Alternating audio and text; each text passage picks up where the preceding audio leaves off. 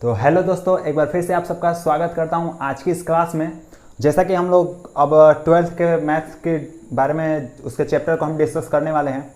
तो जो सबसे पहला चैप्टर है हमारा सेट, समुच्चय, संबंध एंड फलन से स्टार्ट है, बट हम लोग सबसे पहले सेट पढ़ेंगे। ठीक है, सेट जानने के बाद ही हम संबंध एंड फलन पढ़ेंगे। ठीक है, तो सेट हम लोग समझते हैं, बिल्कुल ध्यान से फोकस के साथ क्लास को देखना है, बिल्कुल फोकस के साथ ध्यान से। सेट समुच्चय, जब भी सेट समुच्चय नाम है जो, इससे हमें क्या पता चलता है? समुच्चय। समुच्चय मतलब क्या? किसी चीज को, कोई चीज हम लोग इकट्ठा किए, एक जगह से, दो जगह से, तीन जगह से, चार जगह से, ऐसे इकट्ठा किए, जुटाए और उसको किसी एक चीज में रख दिए, तो उसी को हम लोग सेट बोलते हैं। जैसे आम, इमली, सेब, बनाना, जो भी उठा लिए और एक टोकरी में रख दिए उसको। ठीक है, एक टोकरी में क्या किया उसको? एक टोकरी में आम, बनाना, जो भी चीजें रख दिए है ना, इसमें रख दिए। ठीक है, तो जब रख दिए तो इसको क्या बोल दिए हम? सेट बोल दिए। ठीक है, बात को समझ में आया? मतलब कि एक जगह से उठाए, एक जगह से उठाए, एक जगह से उठाए, उसको एक टोकरी में रख दिए तो सेट हो गया, समुच्चय हो गया, समूह में इकट्ठा कर दिए। तो मैथ में इसको कैसे डिफाइन करते हैं? मैथ में कैसे डिफाइन करते हैं हम देखते हैं कि ध्यान से देखना। जब भी हम चीजों को, है ना, वस्तुओं को, हम लोग वस्तुओं को इकट्ठा करेंगे, किसी भी चीज को, वस्तुओं के सुपरिभाषित संग्रह। सेट क्या है? वस्तुओं की सुपरिभाषित संग्रह। संग्रह मतलब होता है इकट्ठा करना। ठीक है, संग्रह, एकत्रित करना, है ना। सुपरिभाषित संग्रह ही हमारा क्या है? सेट है। लेकिन यहाँ पे एक पॉइंट जरूर ऐड करना आप लोग, सेट में जब भी, इतना ही नहीं हुआ, सेट का डिफिनेशन इतना ही नहीं होगा। सेट इसको ही नहीं बोल देंगे कि अब मतलब मैंने ये एग्जांपल दे दिया, कुछ भी इकट्ठा कर दो, जैसे मर्जी वैसे रख दो, मतलब सुपरिभाषित संग्रह कर दो तो सेट हो जाएगा। अरे नहीं, आपका क्वेश्चन ऐसे नहीं बनेगा।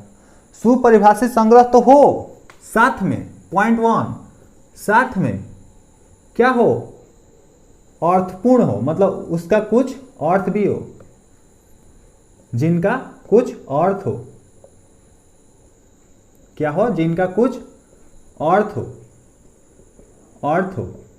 अभी मैं आपको ऐसा तरीका बताऊंगा जिसमें आपको सेट, जैसे आता है सेट से समुच्चय है या नहीं है, ट्रू फॉल्स, जो भी ऑप्शन मारना होगा, जो भी चीज है, तो आप बिल्कुल आसान तरीके से बता सकते हो कि समुच्चय है या नहीं, कोई भी डाउट नहीं होगा। तो इस चीज को पहले आप समझो कि वस्तुओं के सुपरिभाषित संग्रह होना चाहिए पहला। दूसरा, उसका कुछ अर्थ भी होना चाहिए। ठीक है, जैसे एग्जाम्पल हम लोग ले लेते हैं, मैंने पूछा ऐसे, इंडिया बेस्ट प्लेयर, मतलब इंडिया बेस्ट प्लेयर, भारतीय सबसे अच्छे भारतीय खिलाड़ी के नाम, सबसे अच्छे तीन नहीं, चार ले लेते हैं। ठीक है, 4 भारतीय खिलाड़ियों के नाम, भारतीय खिलाड़ियों के नाम, खिलाड़ियों के नाम।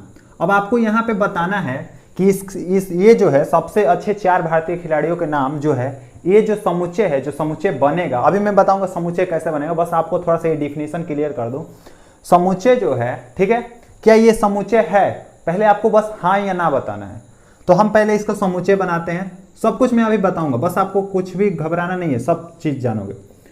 तो समुच्चय, 4 भारतीय खिलाड़ी के नाम लिख लेते हैं भाई। रोहित शर्मा लिख लिया, विराट कोहली लिख लिए, एम एस धोनी लिख लिए, और क्या एक और लिख लेते हैं, किनका लिख ले? हार्दिक पांड्या लिख लिए। अब आपको बताना है क्या ये सेट है, समुच्चय है, इसको समुच्चय बोलेंगे। देखिए, सुपरिभाषित संग्रह किए हैं, ठीक है भाई, लेकिन मैंने बोला जिनका कुछ अर्थ होना चाहिए। तो आपको सिंपल सी बात है, आपको एक कुछ नहीं देखना है। जब भी इसमें डाउट है, जब भी इस टाइप का क्वेश्चन है, तो आपको क्या देखना है कि मैंने तो ये बना दिया 4 खिलाड़ियों के नाम, क्या ये जो है किसी और से पूछेंगे, मतलब इसको बिना दिखाए उससे पूछेंगे कि बताओ भारतीय खिलाड़ियों के 4, मतलब 4 सबसे अच्छे खिलाड़ियों के नाम बताओ भारतीय, तो क्या वो भी ये नाम बोलेगा? सेम यही नाम। दुनिया में जितने भी लोग हैं वो क्या सिर्फ यही नाम बोलेंगे? क्या सभी लोग यही बोलेंगे कि रोहित शर्मा, विराट कोहली, एम एस धोनी, हार्दिक पांड्या? नहीं, हमारे लिए जो है, मैंने ये अपने तरफ से लिखा है ना कि मेरे लिए बेस्ट ये 4 हो गए, ठीक। किसी और के लिए बेस्ट कोई ऋषभ पंत हो सकते हैं, ना, बुमराह हो सकते हैं, किसी और के लिए कोई और खिलाड़ी बेस्ट हो सकते हैं, भारतीय ही सबसे अच्छे। तो ये हमारा क्या होगा, सेट नहीं होगा, समुच्चय नहीं है ये हमारा। समुच्चय कब होगा, जब सबके लिए सेम हो, ठीक है। वही जिसका अर्थ हो मतलब क्या, वही चीज है जो सबके लिए सेम हो। एक पॉइंट नोट कर लेना, समुच्चय वही होगा, नोट पॉइंट में कर लेना कि समुच्चय उसी को बोलेंगे जो सबके लिए सेम हो, ठीक है। अब मैं एक और एग्जांपल लिखता हूं आपके सामने। तो ये तो सेट नहीं हो गया, समझ में आ गया, ये सेट नहीं है, समुच्चय नहीं है। ओके, अभी मैं बनाना सिखाऊंगा समुच्चय कैसे बनाते हैं। मैंने एक एग्जांपल लिखा,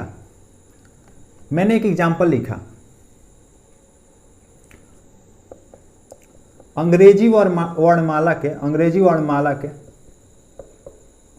के सभी वावेल मतलब क्या, स्वर, ठीक है, सभी वॉल्स का समुच्चय, स्वरों का समुच्चय। आप लोग बताओ। अब अगर इससे पहले जो भी एग्जांपल मैंने बताया अगर समझ में आ गया तो आप लोग इसका आंसर दो कि क्या अंग्रेजी वर्णमाला के जो स्वर हैं सभी, क्या वो समुच्चय हैं। बना लेते हैं, क्या दिक्कत है, हम लोग बना लेते हैं, सेट समुच्चय बना लेते हैं।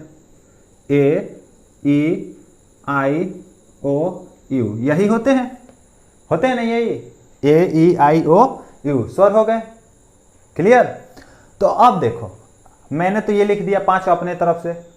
क्या किसी और से पूछेंगे कि बताओ अंग्रेजी वर्णमाला के जो स्वर है उनका समुच्चय बनाओ, तो क्या वो भी यही नहीं बनाएगा, जो दूसरा व्यक्ति है वो भी यही नहीं बनाएगा, सेम बनाएगा, क्योंकि अंग्रेजी वर्णमाला का जो स्वर है यही होते ही है और कोई होता ही नहीं है। बात समझ में आ गई। तो ये हमारा क्या हो जाएगा, समुच्चय हो जाएगा, क्योंकि ये जिससे पूछोगे वो यही बनाएगा समुच्चय, यही बनेगा, कुछ अलग थोड़ी बन पाएगा, ठीक है। तो ये हमारा क्या हो जाएगा, समुच्चय। तो आई होप पूरा क्लियर कर लोगे आप कि समुच्चय किसे कहते हैं, मतलब समुच्चय कौन है और कौन नहीं है, आपको हो जाना चाहिए। एग्जाम्पल भी हम लोग करेंगे बाद में। अभी हम लोग देख लेते हैं समुच्चय कैसे दिखाते हैं, उसकी कुछ चीजें डिस्कस कर लेते हैं। तो समुच्चय आपको समझ में आ गया, ठीक है। अब देखो, समुच्चय में जो समुच्चय है, सेट है, समुच्चय को किससे दिखाते हैं। अभी हम लोगों ने देखा समुच्चय को कैपिटल लेटर, ठीक है, मतलब बड़े अक्षर में कैपिटल लेटर से दिखाते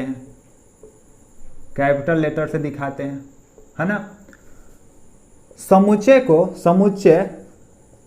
के अव्यय को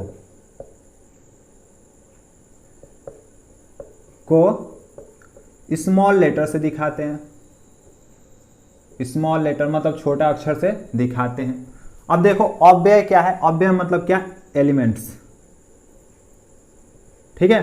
अव्यय किसको बोलेंगे, ध्यान से देखो, मैंने अभी लिखा था ना ए, तो ये ए है ना, ये सेट को दिखा रहा है, कैपिटल लेटर से हमेशा लिखेंगे, यही बोला जा रहा है समुच्चय को, ठीक।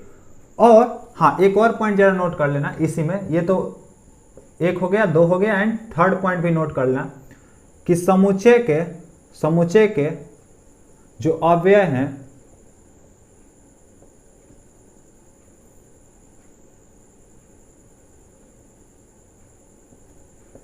समुच्चय के जो एलिमेंट्स हैं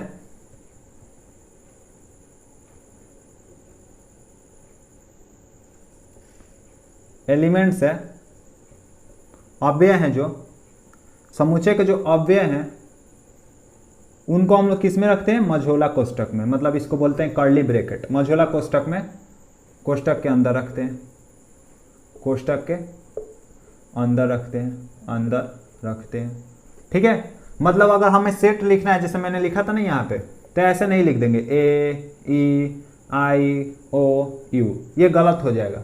हमने क्या देखा कि मझोला कोष्ठक के अंदर ही होना चाहिए, ठीक है, यानी कर्ली ब्रैकेट, ठीक है। तो ये हमारा सेट हो गया, एग्जाम्पल हो गया कि जब भी सेट को दिखाना होगा, समुच्चय को दिखाना होगा, तो कैपिटल लेटर से, उसके अव्यय के कौन होते हैं, यही होते हैं। ये क्या है, एलिमेंट्स है, आप लोग देख लेना, है ना, ये एलिमेंट्स बोलते हैं, इसको अव्यय बोलते हैं, है ना, ए ई आई ओ यू, ठीक है। तो ए क्या हो गया, इसको मझिला कोष्ठक से दिखा दिए, इसको मझिला कोष्ठक से दिखा दिए, और ए ई आई ओ जो एलिमेंट्स है वो स्मॉल लेटर में लिख दिए। तो आई होप ये सेट को आप लोग रिप्रेजेंट कर लोगे, मतलब सेट कैसे दिखाते हैं। ओके, अब हम लोग आगे पॉइंट डिस्कस करते हैं।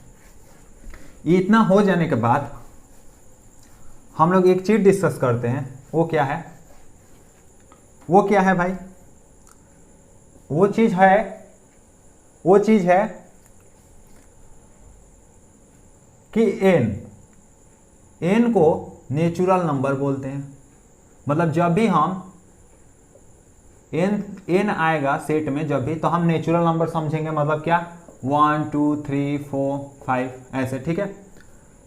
जब भी हमारा z आएगा तो इसका मतलब होता है पूर्णांक, मतलब होल नंबर, ठीक है। पूर्णांक यानी होल नंबर, ठीक है। यानी -1 मतलब इधर से माइनस इनफाइनाइट से इनफाइनाइट तक होता है, ठीक है। ओके, जीरो के लेफ्ट साइड भी और जीरो के राइट साइड भी, तो ये हो जाएगा पूर्णांक। और भी चीजें आती हैं बाद में, वो चीजें हम लोग डिस्कस करेंगे। आर आएगा तो रेशनल नंबर बोलते हैं ना, परिमेय संख्या, ठीक है। कोई दिक्कत नहीं होनी चाहिए, ठीक है। नेक्स्ट हम लोग पॉइंट डिस्कस करते हैं, क्या, कार्डिनल नंबर। क्या डिस्कस करेंगे, कार्डिनल नंबर। इसको इंग्लिश हिंदी दोनों सेम है, तो इंग्लिश में डिस्कस मतलब कंफ्यूजन नहीं होनी चाहिए। कार्डिनल नंबर किसे बोलते हैं, तो सबसे पहला बात कि कार्डिनल नंबर को हम लोग दिखाते किससे हैं भाई, एन ए से दिखाते हैं। देखो, ए हो गया समुच्चय दिखाएगा, और एन हो गया नंबर, कार्डिनल नंबर, ठीक है। तो कार्डिनल नंबर को हम लोग किससे दिखाते हैं, एन ए से, ऐसे दिखाते हैं, आपको पता होना चाहिए। अब कार्डिनल नंबर क्या होता है, अरे कुछ नहीं, बिल्कुल आराम से समझ जाओगे। देखो कार्डिनल नंबर क्या होता है, जैसे मैंने लिखा ना यहाँ पे A-E-I-O-U लिखा ना, यही लिखा था मैं, ठीक है। तो हम आपसे पूछ दिया जाए कि कार्डिनल नंबर क्या हो जाएगा, मतलब Na, तो कुछ नहीं, कार्डिनल नंबर क्या होता है, अवयवों की संख्या, अवयवों की संख्या, बस, नंबर ऑफ एलिमेंट्स, ठीक है। अवयव की संख्या को ही क्या बोलते हैं, कार्डिनल नंबर। अवयव कितने हैं, 1 2 3 4 5, तो कितना हो जाएगा कार्डिनल नंबर, 5। कोई प्रॉब्लम, कोई दिक्कत। एक और एग्जांपल लेते हैं, 1 से 10 तक अभाज्य संख्याओं का समुच्चय, पहले ये बताओ ये समुच्चय है, वो होगा 1 से 10 तक अभाज्य संख्याओं का समुच्चय। तो हम लिखते हैं, ए को दिखा दिए मझला कोष्ठक में, 1 से 10 तक अभाज्य संख्या है। अब आपको पता होना चाहिए 2 3 5 7, बस यही होता है अभाज्य संख्या, जो अपने आप से कटे और किसी और से ना कटे, ठीक है, और 1 से कटती है, ठीक है। तो 1 से 10 तक, अब बताओ, पहले ये बताओ सेट है, समुच्चय है, अरे बिल्कुल है। किसी से भी 1 से 10 तक अभाज्य संख्याओं का समुच्चय पूछोगे ना, तो यही बताएगा, उसका आंसर यही आएगा, वो समुच्चय यही बनाएगा, ठीक है। तो ये समुच्चय है, मतलब इस समुच्चय तो हो गया। अब इसमें आपसे पूछ दिया जाए कार्डिनल नंबर बता दो भाई इसका, सिंपल, 1 2 3 4, अवयव कितने हैं, 4, तो कार्डिनल नंबर 4, ठीक है। तो ये चीजें हो गया, कार्डिनल नंबर आप निकाल सकते हो, कोई दिक्कत नहीं है। ओके, तो कार्डिनल नंबर भी आपको समझ में आ गया, नोट करते चलना, ठीक है। वीडियो पॉज करके नोट कर सकते हो। ओके, अब कुछ चीजें थोड़ी सी रह गई है, क्या रह गया है वो हम लोग देख लेते हैं कि, ठीक है। फिर हम लोग आज की क्लास को इतना ही रखते हैं। ओके, अगली क्लास में हम लोग रोस्टर विधि देखेंगे, मतलब रोस्टर मेथड देखेंगे, जो भी चीजें, और निर्माण, समुच्चय निर्माण विधि। ओके, ये दोनों हम लोग पढ़ेंगे एकदम। इसको भी आपको सच में बता रहा हूँ, आपको क्लास में ही याद हो जाएगा, ठीक है। क्लास में ही समझ जाओगे कि ये क्या होता है, और कभी नहीं भूलोगे, गारंटी देता हूँ, ठीक है। तो आई होप आज की क्लास सबको समझ में आया होगा। वीडियो अच्छी लगी हो तो एक लाइक कर देना, चैनल पर नया हो तो सब्सक्राइब कर लेना, साथ में बेल आइकन भी प्रेस कर लेना। ऐसे ही क्लासेज आपको रेगुलर मिलती रहेगी। तो मिलते हैं अगली क्लास में, तब तक के लिए जय Hind, wish you all the best.